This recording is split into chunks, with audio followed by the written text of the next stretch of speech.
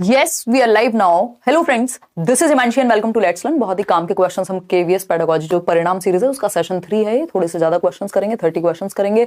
आपके कई topic clear होंगे जिनसे क्वेश्चन आना ही आना है, क्योंकि सिलेबस से, गाइडेंस से, असेसमेंट से, इवन आज तो स्टीफन हॉकिंग को क्या डिजीज थी एएलएस उसके बारे में पूछ लिया, जो कि थोड़ा सा डिफरेंट है ना। और कल हम जो 2 दिन के पेपर हुए हैं, एक दिन का हम कर चुके हैं 12 को जो पेपर हुआ फरवरी को, टीजीटी में पेडागोजी कैसी आई, और इसके अलावा कल और परसों का, मतलब आज और कल का पेपर 13 फरवरी और 14 फरवरी का पेपर हम कल के सेशन में डिटेल में बहुत सारे क्वेश्चंस, आज मेरा कजन है उसका भी एग्जाम था तो उसने भी काफी सारे डिटेल में बताए, आपने भी व्हाट्सएप पे जो भेजे हैं क्वेश्चंस, कल के भी क्वेश्चंस आए हुए हैं। तो कुल मिलाकर के पेपर एकदम बैलेंस्ड आ रहा है, specially pedagogy section. Hindi English easy आ रही है और मैथ लेंदी आ रहा है जैसा सुनने में आ रहा है। इसके अलावा अगर हम बात करें आपकी, तो पेडागोजी जो हमने सिलेबस में की है, एडोलेसेंस से काफी क्वेश्चंस हैं, असेसमेंट से क्वेश्चन है, स्कोलास्टिक को स्कोलास्टिक, तो हम कहेंगे कुल मिलाकर के पेपर बैलेंस्ड है, टेंशन लेने की बात नहीं है। अगर आपने यूट्यूब के भी मैराथन्स ठीक से देखे हैं, नए टॉपिक्स को अगर थोड़ा सा आप क्वेश्चन से कवर कर लें, जो हमने जैसे लास्ट 2 क्लासेस ली हैं क्वेश्चंस की कि करिकुलम क्या है, ये क्या है, वो क्या है, अभी हम कर भी रहे हैं, इसलिए मिक्स्ड क्वेश्चन कर रहे हैं क्योंकि इट्स बेटर कि हम मिक्स्ड क्वेश्चन कर लें इस समय पे, है ना। और चलिए बढ़ते हैं आगे, समझते हैं। सभी को गुड इवनिंग, नमस्कार, राम राम, सत श्री अकाल, अस्सलाम वालेकुम, what do you feel connected with. Start करेंगे क्वेश्चन से। आप लोग आ जाइए, पोल आपको साथ साथ मिलता रहेगा। कल क्लास हो नहीं पाई थी, कोई कह रहा है हैप्पी वैलेंटाइंस डे मैम, है ना, इन्हीं चक्करों में रह जाना है। मुझे ऐसा मन कर रहा है मेरा ऐसे 80 साल का इंसान फील करने का, ऐसे खराब खराब बातें बोलने का, आप लोगों को वो भूमिका में आने का। क्या तुम बहुत दुखी हो, तुम्हारा वैलेंटाइन खराब कर दिया क्या हमने ऐसी बातें बोल के। चलो खैर, ये सब चलता रहेगा और कोई बात नहीं। जिनको वैलेंटाइन मनाना है वो वैलेंटाइन मनाए, जिनको पढ़ाई करनी है वो पढ़ाई करें, है ना, और जिनको दोनों करना है वो दोनों कर लें भाई, जिनमें ज्यादा क्षमता हो। बाकी हम तो क्या करेंगे, पढ़ाई पे फोकस करेंगे। पेपर 1 में 101 आ रहे हैं और पेपर 2 में भी 101। नवल किशोर कह रहे हैं बहुत बढ़िया, ये वाले मेल्स भी आज खूब देखने को मिले हैं। चलिए स्टार्ट करें आज की कहानी। क्लास 3 है ये आपकी, पोल आप साथ में वो करते रहेंगे। और ये जो आपका केवीएस वाला बैच था, ये 799 का आई थिंक बैच है, और इसमें एडमिशन्स रीओपन है आप लोगों की भारी डिमांड पे। नहीं तो मुझे याद भी नहीं था, 12-15 दिन से एडमिशन क्लोज थे, मैं मम्मी के चक्कर में बिजी रही। फिर आप लोगों को जब मैंने लाइव सेशन लिया तब आप लोगों ने बताया कि ये क्लोज्ड है, फिर टीम के साथ कोऑर्डिनेट करके इनको रीओपन कराया है। जो 29 लाइव क्लासेस हैं इस बार की, अगर आप वो भी ढंग से देख लेते हैं, जैसे ऑपरेंट कंडीशनिंग वगैरह पे भी क्वेश्चन आ रहा है, जैसे करिकुलम हो गया, लीडरशिप हो गया, स्कूल मेंटल हेल्थ हो गया, तो वो आप थोड़ा सा स्पीड बढ़ा करके देख सकते हैं। इतना समय है, अगर आप इंटरेस्टेड हैं तो ये बैच में भी एनरोल कर सकते हैं, क्योंकि यूट्यूब पे अब सारा कुछ रिवाइज कराना इस समय में पॉसिबल नहीं होगा। इस बार यूट्यूब पे उतनी मेहनत नहीं हो पाई जितनी हो सकती थी, बट हाँ, अगर आपने प्रीवियस सेशंस देखे हैं, आप ये प्रैक्टिस सेशंस ज्वाइन कर रहे हैं, तो ऑफकोर्स काम की चीजें आपको मिल रही होंगी। चलिए, बहुत बातें हो गई हैं, इतनी बातों से ज्यादा हम और नहीं कर पाएंगे बातें। टेलीग्राम चैनल पे आपको ये विद आंसर्स पीडीएफ्स मिल रही हैं। आते हैं क्वेश्चंस, आज अच्छे रहेंगे। आंसू आए तो रोक लीजिएगा, क्योंकि आंसू अच्छे हैं कुछ सीखने के लिए। देखिएगा क्वेश्चन नंबर 1 और जवाब दीजिएगा पोल में। निशा पोल देंगी फटाफट से। क्वेश्चन नंबर 1 है, this type of counselling involves people who drop out from the school and whose difficulties are likely to be more severe. जवाब दीजिएगा, जवाब। जनता क्या चाहती है, जवाब चाहती है, बताइएगा फटाफट से, है ना, बताइए, जवाब दीजिए। Thank you for CTET answer की के हिसाब से 10 डेज में क्वालिफाई किया है, 120 और 121 आ रहे हैं। बहुत बढ़िया स्वीटी, जिसके 130 प्लस आ रहे हैं वो हमें स्पेशली मेल करे, हम पूरी कोशिश करेंगे समय निकालने की, है ना। और मेल कीजिएगा तो सिर्फ कोशिश कीजिएगा कि हमें ही मेल करें। फिर कई बार ऐसा हो जाता है कि एक लर्नर है वो कई जगह मेल कर देते हैं, फिर जहाँ जो पहले देख ले, फिर बाद में परेशान होते हैं कि नहीं यहाँ पे भी डिस्कशन करना था, वहां से तो कुछ थोड़ा बहुत ही दिखा था, तो उसमें फिर दिक्कत हो जाती है।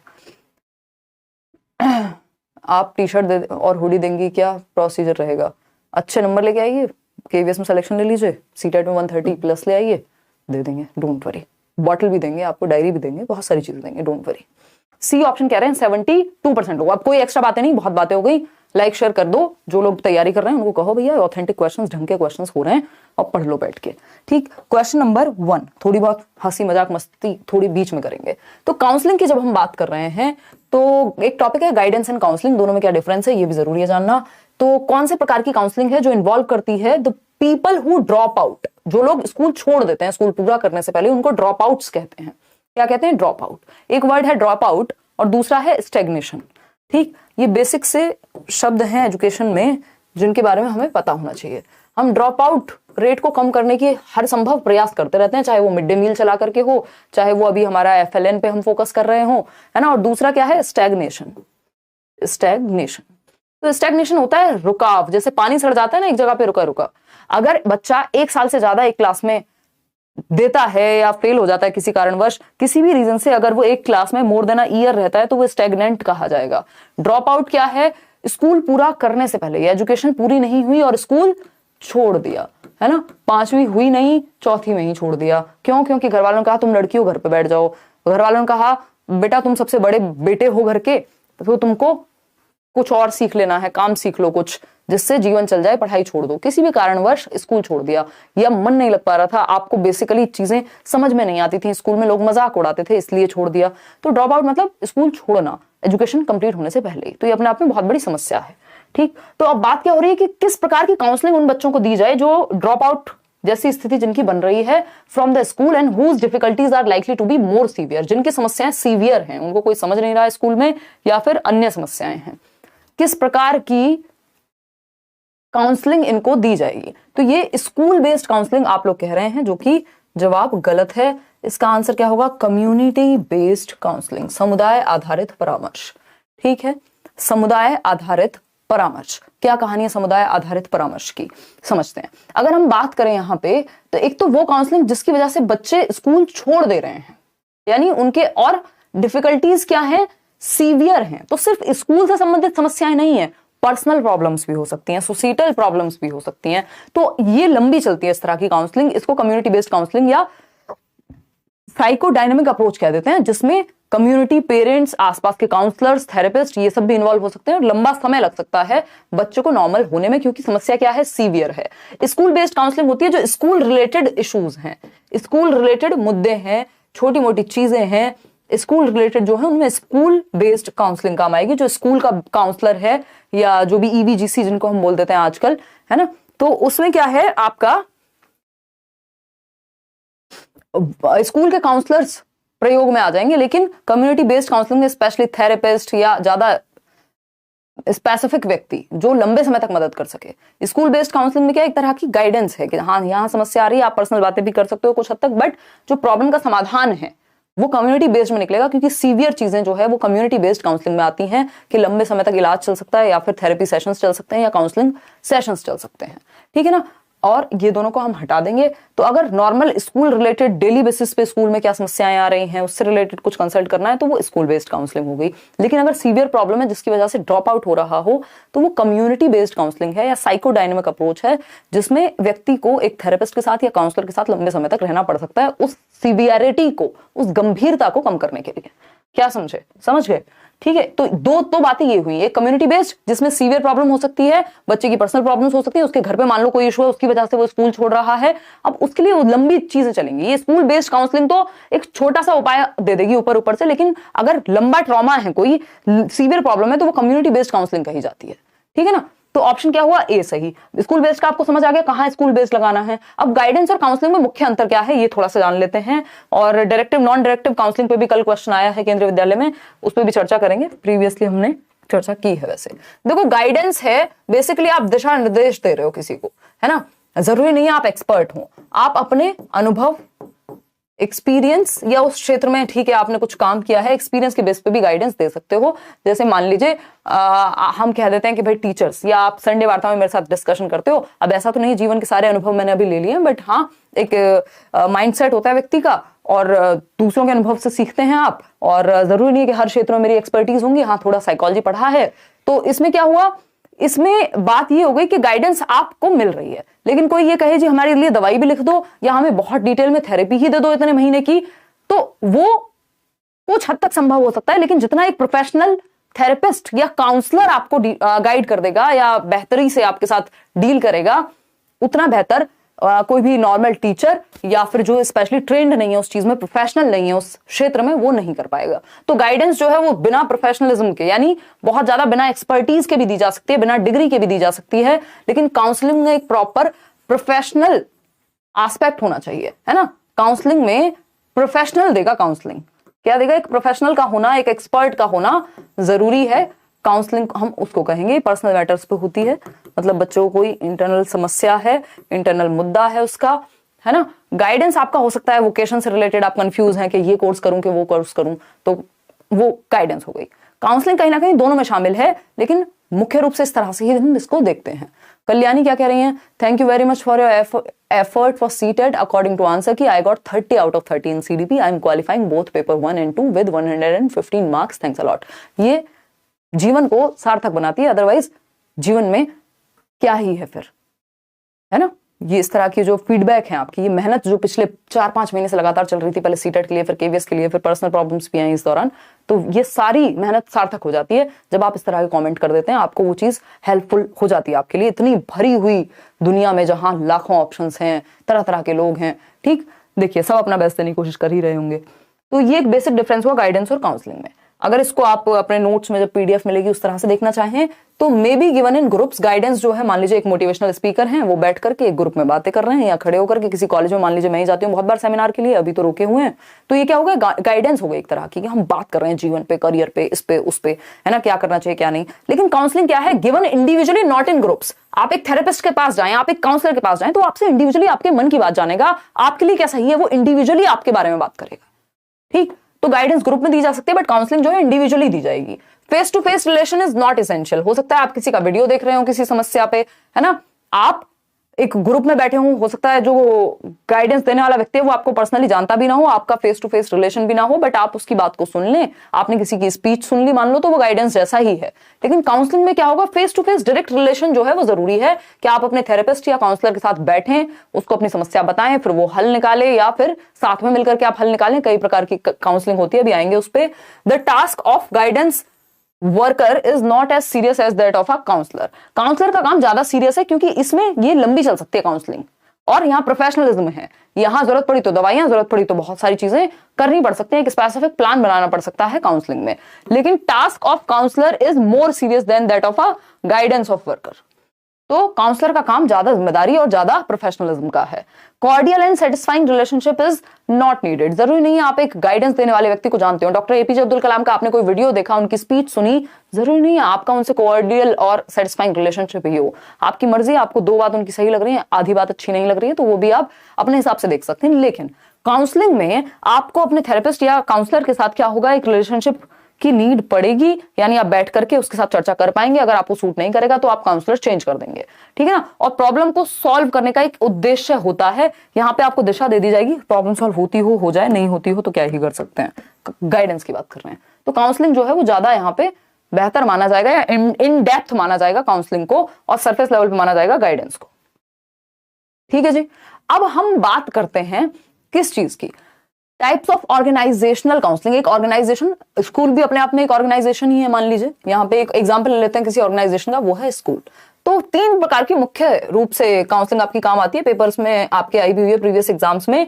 डायरेक्टिव काउंसलिंग, जिसको निर्देशित काउंसलिंग जैसा कुछ कहते होंगे हिंदी में, बट आप इंग्लिश में याद रख लें तो ज्यादा अच्छा होगा। डायरेक्टिव काउंसलिंग में क्या है, काउंसलर ज्यादा एक्टिव है, इसको एक्टिविटी बेस्ड काउंसलिंग या एक्टिव काउंसलिंग भी कह देते हैं, ठीक। इसमें जो काउंसलर है वो ज्यादा सक्रिय है, ये टीचर सेंटर्ड जैसा मान लो इसको, कि वो सॉल्यूशन निकालेगा, वो ज्यादा एक्टिव रहेगा, वो प्रॉब्लम पूछेगा आपसे। ये E.G. विलियमसन ने इसको इजाद किया था। तो डायरेक्टिव काउंसलिंग के प्रोपाउंडर या महत्व किसको दिया जाता है, डायरेक्टिव काउंसलिंग के प्रोपाउंड करने को लेकर के, तो वो विलियमसन को दिया जाता है। दूसरा है बहुत ही ज्यादा इंपॉर्टेंट, जिसपे कई जगह पे अलग अलग स्टेट में क्वेश्चन आ चुका है, KVS में भी अभी कल परसों भी क्वेश्चन आया, उससे पहले भी आया है, नॉन डायरेक्टिव काउंसलिंग, है ना। नॉन डायरेक्टिव काउंसलिंग को कार्ल रॉजर्स ने दिया है। कार्ल रॉजर्स वही व्यक्ति हैं जो ह्यूमनिज्म के फादर कहे जाते हैं, मानवतावाद के।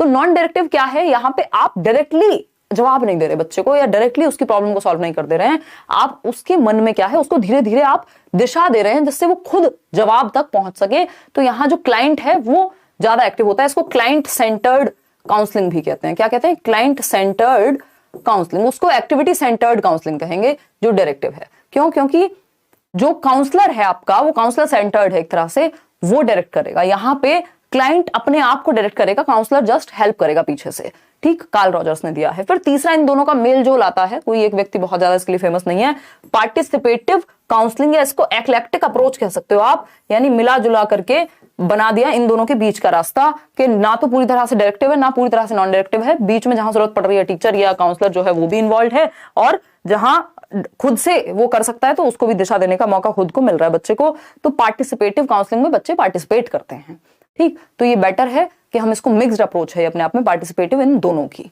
क्लियर है? कोई दिक्कत परेशानी दर्द समस्या इतनी सी बात को समझने में हो रही हो तो दर्द होने दीजिएगा, बट समझिएगा क्योंकि समय जो है वो क्रूशियल है। क्वेश्चन नंबर 2 देखिएगा, हम कॉन्सेप्ट पे ज्यादा फोकस कर रहे हैं तो इसलिए समय लग सकता है, आपको लगेगा क्वेश्चन नंबर ऑफ क्वेश्चंस हम ज्यादा नहीं कर रहे हैं, बट वो जो कॉन्सेप्ट्स हैं आपके पेपर में आपको डायरेक्टली हेल्प कर रहे होंगे, क्योंकि इतने कम समय में अगर कोई एक एक सेशन से इतना ज्यादा लाभ पहुंचा रहा है आपको, दैट मीन्स थोड़ी सी मेहनत लग रही होगी।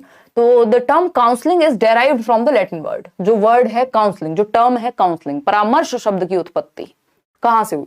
तो लैटिन वर्ड पूछा है, अगर फ्रेंच वर्ड पूछा होगा तो आंसर डिफरेंट हो जाएगा। भाई किस लैटिन वर्ड से परामर्श शब्द की उत्पत्ति हुई? बहुत बढ़िया जवाब दे रहे हैं आप लोग, बहुत ही बढ़िया। नहीं, बहुत ज्यादा फैक्ट्स नहीं आएंगे कनिका, कॉन्सेप्चुअल क्वेश्चन भी आ रहे हैं आपके केवीएस में, कुछ फैक्चुअल भी आ रहे हैं, कुछ टू द पॉइंट भी आ रहे हैं, तो ऐसा नहीं है, पेपर आपका इजी अगर आपने कॉन्सेप्ट पढ़े हैं, है ना। देखिएगा बी ऑप्शन कह रहे हैं 74% लोग, यानी the term counselling is derived from consilium, बिल्कुल सही बात है, टू गाइड या फिर टू एडवोकेट, आप एक दिशा दे रहे हैं। कॉन्सिलियम ये क्या, एक लैटिन वर्ड है। जब हम फ्रेंच वर्ड की बात करेंगे, ये मैंने आपके नोट्स के लिए दे भी दिया है यहां पर, लैटिन कॉन्सिलियम का मतलब होता है कंसल्टेशन, आप किसी से सलाह ले रहे हैं, कंसल्ट कर रहे हैं, एडवाइस ले रहे हैं, रिलेटेड टू कॉन्सिल्यूअर, ठीक, कॉन्सिलेयर। लेकिन फ्रेंच की जब हम बात करेंगे तो फ्रेंच के कॉन्सील वर्ड से, जो कि नाउन फॉर्म है, और कॉन्सेलर वर्ड जो कि वर्ब फॉर्म है, इनसे निकल करके आया है आपका काउंसलिंग। तो इन दोनों ही भाषाओं में आप अगर याद रख लेंगे तो ज्यादा बेहतर रहेगा। अंग्रेजी के कॉन्सीलियम से, यानी लैटिन भाषा के कॉन्सीलियम से, और फ्रेंच भाषा के कॉन्सील से, जिसका मतलब होता है to advocate, to advise, to consult. ठीक है, कोई दिक्कत परेशानी दर्द समस्या इस बात को समझने में हो रही हो तो आप बता दीजिए, नहीं हो रही हो तो आप बता दीजिए। देखो गाइडेंस और काउंसलिंग में क्या है, हम बच्चे को दिशा दे रहे हैं कुल मिलाकर के, है ना, किसी में ज्यादा इन्वॉल्वमेंट के साथ, किसी में कम। Learning disability in motor skills is called, जवाब दीजिएगा, 1 रुपये का इनाम है जो भी इस उत्तर का प्रश्न का सही उत्तर देगा। बताइएगा बताइएगा बताइएगा, फटाफट से बताइएगा। तेज प्रताप बहुत दिनों बाद दिखे हैं आज। मैम यू आर ग्रेट, आपकी वजह से केवीएस प्रैक्टिस में 50+ सीडीपी में आ रहे हैं, बस यही खुशी देता है ना, नहीं तो जीवन तो वो जो सो कॉल्ड समाज की भाषा में हम कह देते हैं सेट ही है।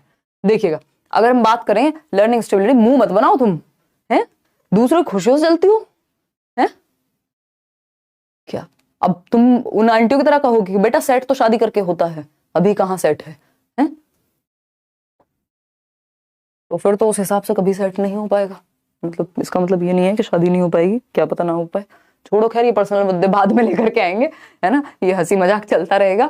देखिएगा, अगर हम बात करें क्वेश्चन नंबर 3 की, learning disability in motor skills, motor समझते हैं ना, मोटर स्किल्स मतलब फिजिकल एक्टिविटी, उछलना कूदना दौड़ना भागना, जिसमें गतिविधि आपकी शामिल हो, ठीक है। तो अगर हम बात करें मोटर स्किल्स में प्रॉब्लम, चलने फिरने दौड़ने भागने इन सब की प्रॉब्लम, वो कौन सी लर्निंग डिसेबिलिटी है जो इससे संबंधित है? अब कई लोग कह रहे हैं डिस्फेजिया। देखिए, डिस्फेजिया में चलने फिरने या मोटर स्किल्स के करने में दिक्कत नहीं आती है, डिस्फेजिया में भाषा को समझने से संबंधित समस्या है, लैंग्वेज कॉम्प्रिहेंशन की प्रॉब्लम है। इसमें हद से हद भी तो हुआ तो लैंग्वेज से रिलेटेड कोई वोकल कोड या कहीं कुछ प्रॉब्लम आ सकती है, लेकिन दौड़ने भागने चलने फिरने मोटर स्किल्स में कोई प्रॉब्लम नहीं आएगी। तो इसका आंसर क्या हुआ? सबने गलत दे दिया, नन ऑफ दीज इसका आंसर हुआ, उपरोक्त में से कोई नहीं। क्यों? क्योंकि इसका आंसर होना चाहिए था डिस्प्रेक्सिया। क्या होना चाहिए था? डिस्प्रेक्सिया। तो डिस्प्रेक्सिया जो है, अच्छा एक और चीज, पेपर में जो क्वेश्चन आ रहे हैं नोट बहुत लगाया जा रहा है, तो ध्यान से जवाब दीजिएगा, वहां पे नोट को ध्यान में रख करके, ठीक है। सबने गलत जवाब दे दिया इसमें। डिसकैलकुलिया क्या होता है? कैलकुलेशन के लिए गणित से संबंधित प्रॉब्लम है। डिसलेक्सिया क्या है? रीडिंग से हद जब रीडिंग ना हो तो राइटिंग भी इसी में आ जाएगा, क्योंकि जो पढ़ता गलत है वो लिखेगा भी गलत। और डिसग्राफिया क्या होता है? सिंपल राइटिंग से। डिसलेक्सिया दोनों से हो सकता है। डिस्फेजिया क्या है? लैंग्वेज को समझने से, ठीक। अफेजिया भी वही बात हो गई। समझ पा रहे हैं या नहीं? तो इसका आंसर नन ऑफ दीज था, क्योंकि एक भी उत्तर जो है वो सही कॉन्सेप्ट से मैच नहीं खाता था, मेल नहीं खाता था। क्वेश्चन नंबर 4 देखिए, dash motives are considered as primary motives, यानी किन उद्देश्यों को प्राथमिक उद्देश्य कहा जाएगा? बता दीजिएगा, फिर ही आगे बढ़ेंगे हम, अदरवाइज यहीं रुक जाएंगे। मेरे नैया पार और लगवा दो हमें, तो अगर ये चीजें समझ में आ रही हैं लग जाएगी पार, ठीक है ना। हरी चटनी मत खाना समोसे के साथ, लाल वाली खाना। मजाक कर रही हूँ मैम, मैं पढ़ नहीं रही हूँ, मीन्स माइंड वर्क नहीं कर रहा है। जब पढ़ने बैठ रही हूँ प्लीज सजेस्ट मी। कोई बात नहीं हुमा, आपको ऐसा लग रहा है, दिमाग काम करता है, नींद अगर ठीक ले पा रहे हो थोड़ी, है ना, क्योंकि नींद का मैंने देख लिया, नींद तो प्रॉब्लम देती है भाई। अगर आप 10-12 दिन नहीं सोओगे, बिल्कुल ही बैंड बजा दोगे रूटीन के अपने, तो दिक्कत होगी, दिमाग ठीक से काम नहीं कर पाएगा। बट हाँ, आप कम कर दो नींद, बट सेम टाइम रखो अपने सोने का। और अगर हम बात कर रहे हैं किस चीज की, आपके कि दिमाग में नहीं जा रहा कुछ, सब जा रहा है दिमाग में, पेपर के टाइम पे चीजें जाती हैं दिमाग में, बस लगता है ऐसा कि नहीं जा रहा, एनालिसिस देख लो इस टाइम पे, हेल्प हो जाएगी, समझ में आ जाएंगी चीजें। कृपा भी दे रहे हो, हाँ देख रहे हो ऋतु, बिल्कुल सही समझो आप। तो dash motives are considered as primary motives. एक होते हैं प्राइमरी मोटिव्स, दूसरे होते हैं सेकेंडरी मोटिव्स। तो बी ऑप्शन कह रहे हैं आप में से कितने लोग, 52% लोग, बहुत ही समझदार लोग हैं, इनके लिए तालियां बजाइए। फिजियोलॉजिकल मोटिव्स यानी शारीरिक उद्देश्य जो है उनको प्राथमिक या प्राइमरी मोटिव्स कहा जाता है, और साइकोलॉजिकल मोटिव्स को सोशल मोटिव्स या फिर हम कहेंगे सेकेंडरी मोटिव्स कहा जाता है। इतनी सी बात समझ ना आई हो तो बता दीजिएगा, सोशल भी इसी में आ जाएंगे फिर सेकेंडरी में ही, ठीक है ना।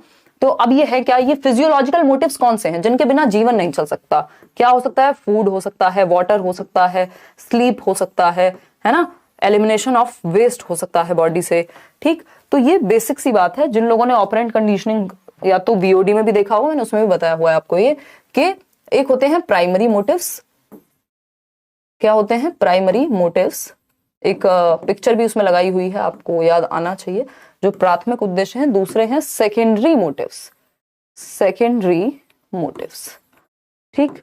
सेकेंडरी मोटिव क्या हो सकता है, पैसा हो सकता है, फेम हो सकता है, नेम हो सकता है, एफिलिएशन हो सकती है ना, it can be money, it can be success, it can be achievement, it can be fame, है ना, इट कैन बी एनीथिंग, ठीक। इट कैन बी एफिलिएशन, संबंधता, तुम जानते हो मेरे पिताजी कौन है, ठीक। फिर इसके अलावा प्राइमरी मोटिव्स की जब हम बात कर रहे हैं तो ये आपकी सर्वाइवल से रिलेटेड है, स्लीप हो गया, वाटर हो गया, और क्या होगा भाई, फूड हो गया, जिनके बिना जीवन संभव नहीं है। प्राइमरी को आप फिजियोलॉजिकल या शारीरिक आवश्यकताएं जो आपके शरीर की आवश्यकताएं हैं, सेकेंडरी को आप इनको सामाजिक सोशल कह लीजिए, या आप इनको साइकोलॉजिकल कह लीजिए, मनोवैज्ञानिक कह लीजिए, क्योंकि साइकोलॉजिकल है। ऐसा थोड़ी अगर आपको खाना मिल रहा है तो ऐसा थोड़ी आपके बैंक अकाउंट में 2 करोड़ रुपए नहीं है तो आपको कोई समस्या है, लेकिन कई लोगों को एंग्जाइटी होनी शुरू हो जाएगी, ठीक। तो ये सेकेंडरी मोटिव्स हैं। रिवॉर्ड सेकेंडरी मोटिव है, जो सेकेंडरी मोटिव्स हमारे प्राइमरी मोटिव्स को फुलफिल करने में मदद करते हैं, ठीक। तो प्राइमरी मोटिव वो हैं जो हमारे जीवन को चला पाए, जिनके बिना चल नहीं पाएगा। तो शारीरिक या बायोलॉजिकल यानी जैविक उद्देश्य भी कह सकते हैं इन प्राइमरी को, और सेकेंडरी को गॉड या फिर मनोवैज्ञानिक या सामाजिक कारक भी कह सकते हैं। इतनी सी बात है, आगे बढ़ेंगे, नेक्स्ट पॉइंट पर चलने वाले हैं। क्वेश्चन नंबर 5 देखिए, काउंसलिंग ने आज आपका पीछा छोड़ना नहीं है। In counselling session when the counsellor states what the client has just said. Counselling session में जब काउंसलर स्टेट करता है, दर्शाता है जो उसके क्लाइंट ने, मान लीजिए मैं काउंसलर हूं, निशा क्लाइंट है, इन्होंने जो कहा मैंने जस्ट वो क्या किया, स्टेट किया, उसको अपनी शब्दों में कहा। यूजिंग फ्यूअर वर्ड्स, कुछ कम शब्द यूज किए, without changing the meaning of what the client said, it is called. यानी कम शब्दों में उसी बात को कह दिया जो क्लाइंट ने पूरी कहानी बना करके कही, क्योंकि क्लाइंट को अपनी बात एक्सप्रेस करने से मतलब है और आपको उसको थोड़ा सा कंसाइज करने से मतलब है। यानी आपने क्या कर दिया, पैराफ्रेज कर दिया, अपने शब्दों में कह दिया, कम शब्दों में, और मीनिंग चेंज नहीं किया, उस बात का मतलब वही रहा, बस शब्द चेंज कर दिए। बोल ये रहे हैं लेकिन शब्द इसके हैं। ये तो मेरे को मीम्स आजकल याद भी नहीं है कहां से आए, पता चले किस दिन कोई ऐसे ही टेढ़ा मेढ़ा मीम हो और मुझे पता ना हो, मैं उसको यूज कर दूं और फिर कई लोग मजाक उड़ाएं। उड़ा लेना भाई, क्या फर्क पड़ता है। तो पैराफ्रेजिंग सिंपल बात है कि अपने शब्दों में कह दिया, बिना मीनिंग चेंज किए, कम शब्दों में कह दिया, पैराफ्रेज कर दिया। ये अंग्रेजी पेडागोजी में भी आता है। क्वेश्चन नंबर 6 देखिएगा और जवाब दीजिएगा। पोल थोड़ा जल्दी दीजिएगा मैडम, नहीं तो आपको गर्म पानी से नहला तो नहीं पाएंगे। देखिए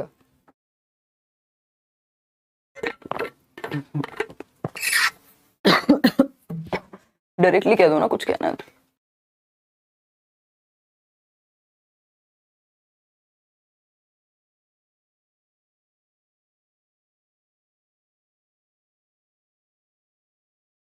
देखिएगा सी ऑप्शन कह रहे हैं 80% लोग, कितने क्या कहते हैं, तेजस्वी लोग हैं आप लोग। देखिएगा सी ऑप्शन 79% हो गए, मतलब 1% लोग कम हो गए, उनको भरोसा नहीं था अपने ऊपर।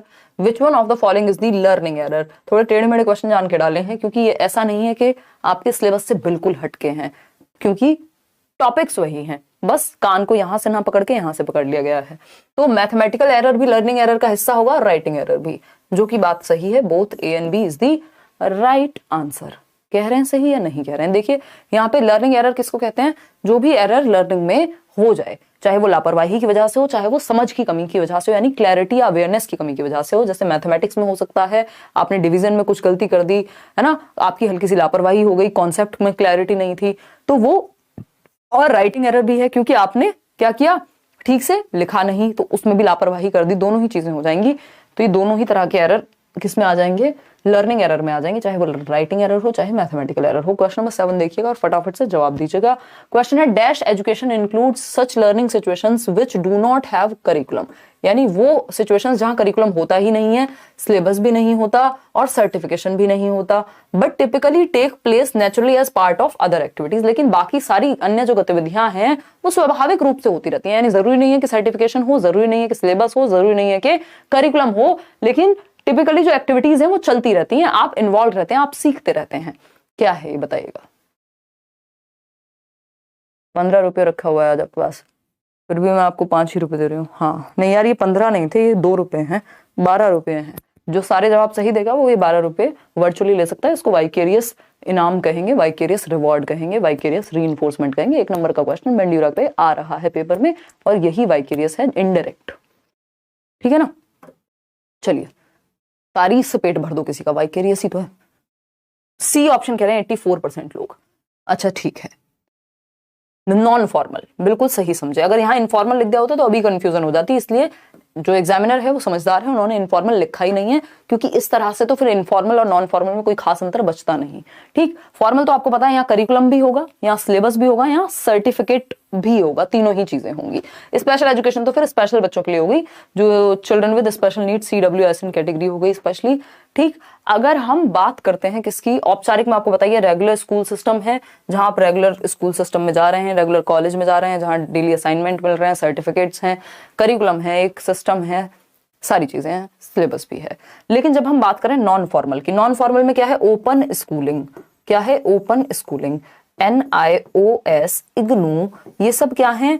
यहाँ पे देखो NIOS और इग्नू वगैरह में एक करिकुलम होता है, एक सिलेबस भी होता है, सर्टिफिकेशन भी मिलता है, लेकिन ऐसी भी कई सारे कोर्सेज हैं जहां पे उस सर्टिफिकेट की कोई खास मान्यता होती नहीं। आप कोचिंग आ रहे हैं, आप यूट्यूब पर पढ़ रहे हैं, तो कोई सर्टिफिकेशन तो है नहीं इसका, लेकिन ये फिर भी नॉन फॉर्मल का हिस्सा है। क्यों? क्योंकि एक्टिविटीज तो चल रही है ना, ऐसा तो नहीं है बिना एक्टिविटी के हो रहा हो। वहीं अगर इनफॉर्मल लिखा होगा तो वो आपके चाहते ना चाहते कब हो जाएगा पता भी नहीं लगेगा। आप अपनी दादी के पास बैठे थे और पुराने जमाने की बातें कर रहे थे, अचानक से आपको कोई इंसाइट मिल गया, आपको कुछ सीखने को मिल गया, वो इनफॉर्मल है। सीखने का उद्देश्य नहीं था बट सीख लिया कहीं से भी, वो इनफॉर्मल है। लेकिन यहाँ एक्टिविटीज हो रही हैं, बेशक करिकुलम मिले ना मिले, सिलेबस मिले ना मिले, सर्टिफिकेट मिले ना मिले। इसमें सर्टिफिकेट, करिकुलम, सिलेबस मिल भी सकता है, नहीं भी मिल सकता। ठीक, इन्होंने इनफॉर्मल इसलिए नहीं दिया क्योंकि दोनों में फिर बहुत कंफ्यूजन हो जाती, दोनों को सही मानना पड़ जाता बहुत हद तक। तो आंसर नॉन फॉर्मल हो गया। ठीक, तो ऑप्शन पे भी डिपेंड करता है। क्वेश्चन नंबर 8 देखिएगा, क्वेश्चन नंबर 8 देखिएगा और मुझे बताइएगा जिन लोगों ने बैच में एडमिशन लिया था, इस क्वेश्चन में का जो आंसर है उससे रिलेटेड कुछ बात हमने बैच में की थी, अगर आपको याद आ रहा हो तो। और आप लाइक शेयर करना भूल जा रहे हैं, वो भी याद कर लीजिए थोड़ा सा। ठीक, SQ4R technique in the development of learning was proposed by. तो सीखने के बारे में एक टेक्निक विकसित हुई जिसको SQ4R मेथड कहते हैं या टेक्निक कहते हैं। ये किसने दी? एटकिंसन और शिफ्रिन का काम तो मेमोरी पे है, बॉर और हिलगार्ड या फिर थॉमस एंड रॉबिन्सन या नन ऑफ दीज। तो इसका आंसर बिल्कुल फैक्चुअल है, थॉमस एंड रॉबिन्सन। इनसे रिलेटेड कुछ और भी मैंने पढ़ाया था बैच में, जिसको याद आ रहा हो वो एक बार बताइएगा। ठीक है ना, पोल ठीक से दो भाई। ठीक, सोती मत रहो, चैट मत करो, मान लिया वैलेंटाइंस होगा तुम्हारा। चलिए यार, मजाक कर रहे हैं, ऐसा कुछ नहीं है।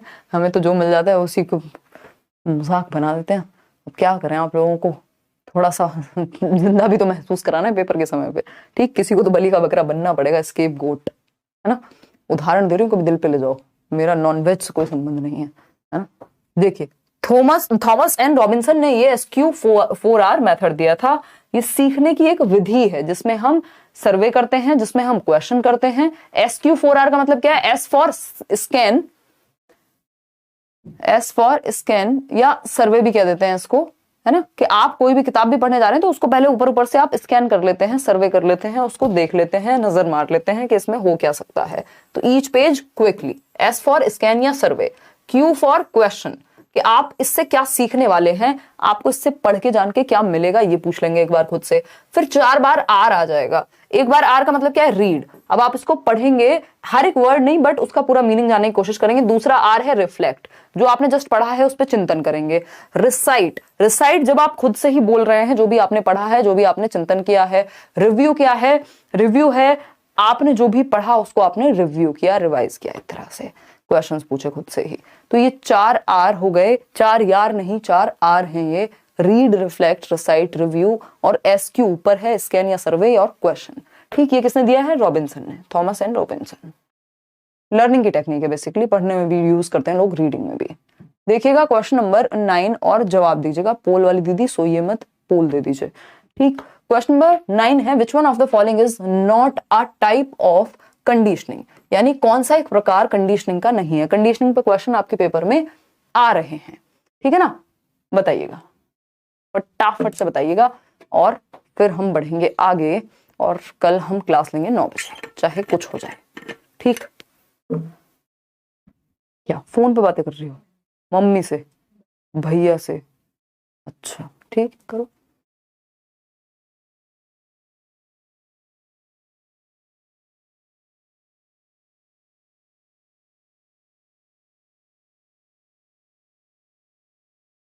देखिएगा, तो अगर हम बात करें पीआरटी एडमिट कार्ड वही 2-4 दिन पहले ही आएगा, 2 दिन पहले कंप्लीट एडमिट कार्ड, और हो सकता है 1 हफ्ते या 4-5 दिन पहले नॉर्मल वाला। केवीएस बैच में नहीं पढ़ा क्या? तो सब कुछ थोड़ा ना पढ़ाना होता सरकार, ये SQ 4R जबरदस्ती बताया गया है आपको। कुछ चीजें तो नहीं भी आ रही हैं, जो आपका नाम आया है जैसे उनका, कि स्टीफन हॉकिंग को कौन सी प्रॉब्लम थी, है ना, तो ये इसीलिए तो कुछ चीजें ऐसी भी तो कराई जाती हैं जो डायरेक्ट टॉपिक्स में कहीं होती नहीं दूर दूर तक, बट फिर भी आपको पता हो, एक्स्ट्रा में टॉपिक्स में पढ़ लें आप। कुछ क्वेश्चन तो हमेशा ही अलग आते हैं ना, चाहे वो 1 हो चाहे वो 2 क्वेश्चन हो, समझते नहीं हो, दिल पे ले जाते हो, कमाल करते हो, हैं? क्वालिफाई हो चुके हैं, बहुत बढ़िया आदित्य कुमार। चलिए 83% लोग जो हैं वो ए ऑप्शन कह रहे हैं, सुन लेते हैं। Which one of the following is not a type of conditioning, conditioning का टाइप नहीं है। देखिए क्लासिकल कंडीशनिंग का नाम ही अपने आप में किसने दिया, पेवलोव ने दी है ना, जो टीचिंग लर्निंग मटेरियल, इसको रिफ्लेक्स कंडीशनिंग भी कहते हैं या रिस्पोंडेंट कंडीशनिंग भी कहते हैं, ठीक है। फिर आता है ऑपरेंट कंडीशनिंग। ऑपरेंट कंडीशनिंग पे तो आज क्वेश्चन आया भी है, इसमें रीइंफोर्समेंट की बात होती है, ऑपरेंट के बिहेवियर यानी जीव के व्यवहार की बात होती है। ये SS टाइप ऑफ कंडीशनिंग है और ये RS टाइप ऑफ कंडीशनिंग है। ठीक, यहाँ पे पहले रिस्पॉन्स होता है, चूहे का रिस्पॉन्स, बाद में स्टिमुलस प्रेजेंट होता है। स्टिमुलस क्या, कोई भी वो चीज जो आपको कोई प्रतिक्रिया देने पे बाधित करे, जैसे खाना देख के मुंह में पानी आना, तो खाना क्या है, स्टिमुलस है ना। नन ऑफ द अबव होगा नहीं, क्यों, क्योंकि एक्सटिंक्शन जो है वो कंपोनेंट है। जब हम क्लासिकल कंडीशनिंग पढ़ते हैं तो विलुप्त होना क्या है, कंपोनेंट है, कि कंडीशनिंग का गायब हो जाना। आपको आदत डली थी कि रोज सुबह 6 बजे उठेंगे, अलार्म बजता है 6 बजे 6 बजे 6 बजे, ठीक। अब आपका पेपर खत्म हो गए हैं और आपको जो है वो नेक्स्ट डे भी आंख जो है खुल गई है किस पे, 6 बजे ही, या अलार्म बज गया है 6 बजे। अब आपने अलार्म तो ऑफ कर दिया, लेकिन कुछ दिनों तक 6 बजे ही आंख खुलती रहेंगी। फिर एक दिन ऐसा आएगा जब 6 बजे आंख नहीं खुलेंगी, आप मस्त सोते रहेंगे घोड़े बेच करके 10 बजे तक। दैट मीन्स एक्सटिंक्शन हो गया आपकी कंडीशनिंग का। जो आपने आदत डाली थी बार बार रिपीट करके, एक स्टिमुलस लगा करके, एक स्टिमुलस को जोड़ा था, यानी अलार्म की आवाज को जोड़ा था सुबह टाइमिंग के साथ, वो क्या था, आपकी कंडीशनिंग थी। तो एक्सटिंक्शन मतलब विलुप्त हो गया। मान लीजिए जो कुत्ते को खाना दिया जाता था, पाउडर दिया जाता था पेवलोव के, कि भाई घंटी बजेगी खाना आएगा, घंटी बजेगी खाना आएगा, घंटी बजेगी खाना आएगा। अब सिर्फ घंटी बजती है, खाना नहीं आता, घंटी बजती है, खाना नहीं आता, घंटी बजती है, खाना नहीं आता। एक टाइम के बाद विलुप्त हो जाएगी कंडीशनिंग, एक्सटिंक्ट हो जाएगी। भाई जब खाना आता ही नहीं है तो उस घंटी के नाम पे स्लाइवा क्यों आए, लार क्यों आए मुंह से, ठीक। तो वो एक्सटिंक्शन है। तो एक्सटिंक्शन कंडीशनिंग का कोई प्रकार नहीं है, बल्कि एक ऐसा कंपोनेंट है जिसकी वजह से कंडीशनिंग विलुप्त हो रही है। एक्सटिंक्शन का नाम ही है ये, एक्सटिंक्शन। यप। और जनरलाइजेशन की जब हम बात करें तो जनरलाइजेशन है कि किसी भी घंटी की आवाज से मुंह से लार आ जा रही है कुत्ते के, ठीक, तो वो जनरलाइजेशन है। क्या समझे कुछ। और एवर्सिव कंडीशनिंग नाम की भी एक चीज होती है। एवर्सिव एस्पेक्ट जो है इसमें, वो एवर्सिव है कि आप जिन चीजों से बचना चाहते हैं, बहुत तेज लाउड नॉइज, तो आप उससे बचना चाहते हैं, आपको पता है मम्मी चैं चैं करेंगी अगर खाना नहीं खाया, तो आप उस हाहा से बचने के लिए क्या है, चुपचाप से खाना खा लेते हैं या लंच बॉक्स खत्म करके ही घर जाते हैं, चाहे किसी को दान में दे जाएं। ठीक, तो ये एवर्सिव स्टिमुलस होते हैं कुछ जिनसे आप बचना चाहते हैं। ठीक, अब इससे ज्यादा पढ़ेंगे तो चक्कर आ जाएंगे आपको, जिन लोगों ने नया पढ़ना शुरू किया स्पेशली, इतना ही काफी है इसके बारे में। क्वेश्चन नंबर 10 देखिएगा, समझिएगा, जवाब दीजिएगा। This method is used for the deaf learners to learn the proper grammatical construction of a sentence. तो डेफ लर्नर्स, जो बच्चे जो हैं वो बधिर हैं, जो सुन नहीं सकते हैं, जिनको दिक्कत है, ठीक, तो उनके लिए कौन सा एक मेथड है जो ग्रामेटिकल कंस्ट्रक्शन पे फोकस करेगा, या किसने इस मेथड को बनाया था? अब ये एक्स्ट्रा क्वेश्चन है ना, ये कुछ क्वेश्चन वैसे क्वेश्चंस हैं इसमें जो आपको पता होंगे, तो उससे नुकसान आपका नहीं होगा, फायदा इसलिए हो जाएगा क्योंकि 4 बातें हम इनके आसपास की भी जान लेंगे, तो डायरेक्ट क्वेश्चन नहीं आएगा, तो इनडायरेक्ट में आपकी मदद मिल जाएगी। मम्मी की तबीयत यार थोड़ी सी बेटर है अभी, बट अभी समय तो लगना ही है निश्चित रूप से, है ना। जो मशीन साथ में लगी हुई है उनमें से एक मशीन निकल गई है, एक है अभी, तो शायद फ्राइडे को एक भी हट जाएगी, फिर उसके बाद भी 1 और महीना लगेगा दूसरी सर्जरी में, तो समय तो लगेगा, बट ठीक है, चीजें अभी बेहतर हैं। देखिएगा क्वेश्चन नंबर 10 जो है आपका, तो ये कहता है this method is used for the deaf learners. किसने इसको प्रोपाउंड किया? तो ये है आपका फिट्जजेराल्ड की मेथड, जो डेफ लोगों के ग्रामेटिकल कंस्ट्रक्शन के लिए बनाया गया। फिट्जजेराल्ड, ये जो फिट्जजेराल्ड, ये मुझे लगता है फ्रेंच का नाम है कहीं, फिट्जजेराल्ड की मेथड, ये फीमेल थी बेसिकली आई थिंक, और ये भी डेफ थी, सुन नहीं सकती थी, तो इन्होंने एक मेथड बनाया ऐसे ही जैसे आपके लुई ब्रेल ने ब्रेल लिपि बनाई थी, क्योंकि वो भी देख नहीं सकते थे, तो समस्या से ही समाधान निकलता है ना, आवश्यकता ही आविष्कार की जननी है। तो इस तरह के लोग जिन्होंने ये प्रॉब्लम्स को फेस करते हुए सॉल्यूशन बनाया इनका, उनको हम कहेंगे कि ये आविष्कार करके गए। तो फिट्जजेराल्ड